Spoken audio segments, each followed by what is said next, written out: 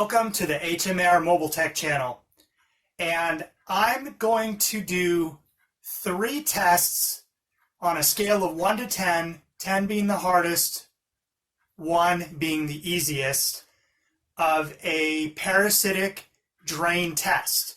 And the 2 tests that I'm going to show you here in the beginning are going to be, a 5, middle of the road as far as difficulty goes.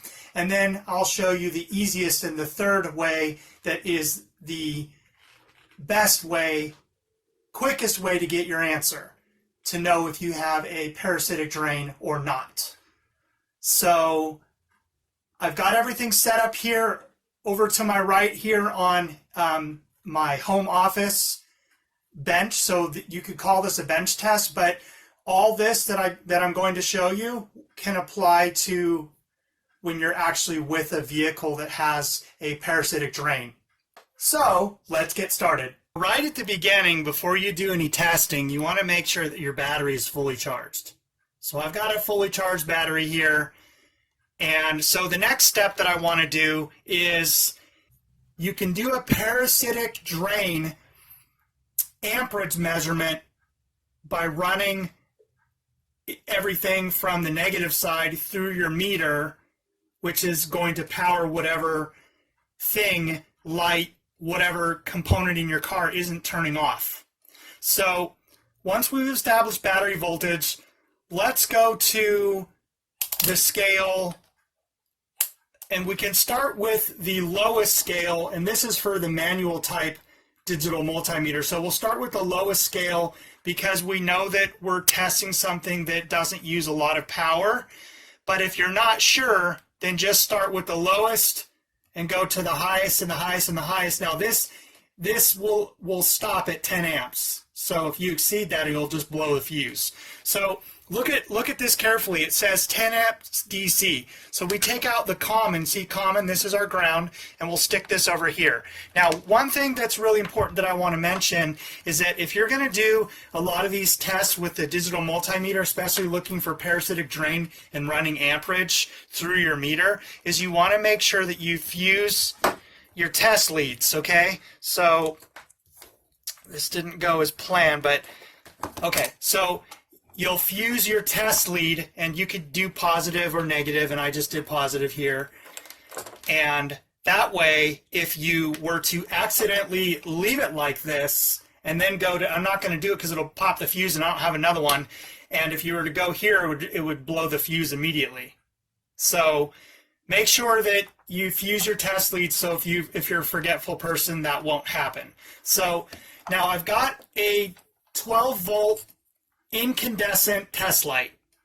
So this is going to be our load. Okay, so in your car, it could be anything. The radio could be stuck on, a light, glove box light. In one of my videos, I will put a picture up there of what that one is, so you can go check that out. And I also did another one on an alternator, so I'll put that one there so you can check that out as well. So this will give you a lot of content to watch and learn how to do these types of tests. Now, let me make myself clear. The tests that I'm doing are only going to tell you that if you have a drain, and it's going to tell you how much drain you have. But it isn't going to tell you where it is coming from. And I want to give credit to the humble mechanic, and I'll leave a picture of his video there, and I'll also put a link in the description. And he made a really good video on how a technician will go about on their day-to-day diagnostics, how to check each fuse one by one without pulling it out, because modern cars, you'll wake up all of the electronics in the CAN bus, that the other modules will start talking to each other, and it will just be a big mess, and you'll never be able to get your job done right. So in that video, the humble mechanic, he explains everything very well. With my digital multimeter here, I'm going to run, it's already connected to positive, so I'm going to run it. You always do it on the negative side when you do tests like this. So I'm going to basically, this touching my tip of my test light is going to provide me with negative power, which is going to turn it on. And so I'm running the power that I'm going to touch here all the way down my positive through the meter out to the other side and to the test light, to this one here. So when I touch here, I'm going to give my test, the test light's going to turn on. Now, this digital multimeter is really weird, so I need to fine tune it here. So I think right here I'm going to get a reading.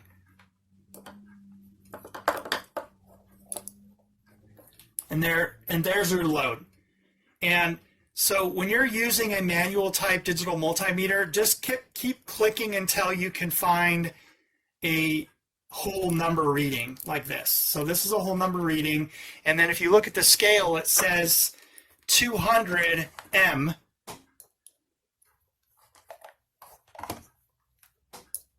So it says 200 M. So basically what that's doing is it's reading 0 to 200 milliamps, because it's in the milliamp side here. So that's what we're doing. We're doing an amperage measurement. So this by far is the most common way. This is what I learned almost 20 years ago from shop class, where I went to school near San Luis Obispo at a community college there. And so this is how you do this test. Now all this is doing, again, this is just telling us that we have a drain. And remember, we're going to do it on the negative side. And that's how you do all these tests when it involves a meter like this, or when it involves another tester, and I'm going to show you that right now. There is a little wiring circuit you can put together, and it'll require a 1 ohm 10 watt resistor, and I'll put a picture of that right there. And then you can, I don't think I've ever seen them built, so you just got to build your own with alligator ends. So the two heavy side ones here, the best gauge to use to make your jumper test wire here is probably 12, maybe 16, because you're not expecting to get a massive amount of current through here. So that's how you do that. And so what you'll do is you'll take one end here and connect it over here, and we're on the ground side again, and then the other end is going to go directly to the test light, okay? And then that's going to give us our power. So let's move this over to read voltage now. And so you need to read voltage. And what you're going to do, and I've wired this and done everything real good, so it's easy for me to do these tests because I do them a lot and I like doing this one. So as you can see here, my tester comes with these little leads on them. So one on the left and one on the right. So I got two little alligator leads like that. And so this is my heavier gauge, my 12 gauge, or my 14 gauge or something like that. And then I'll do one here, and then I'll do one on the other end. And I'm just reading voltage. So if you want to just set your scale, if you're not auto ranging, to over here to voltage, and I know that it's around 130 milliamps, millivolts. So now the way this tester works is, the way Ohm's law works is that when you introduce resistance into a parasitic draw test like this, going from negative and then the other end powering whatever in the car, or in this case for the bench test, I'm just using a test light. So the reading that you get is basically going to be equal to the amount of milliamps. So we have 135 millivolts. You see that's on 200 M scale, so it's reading 0 to 200.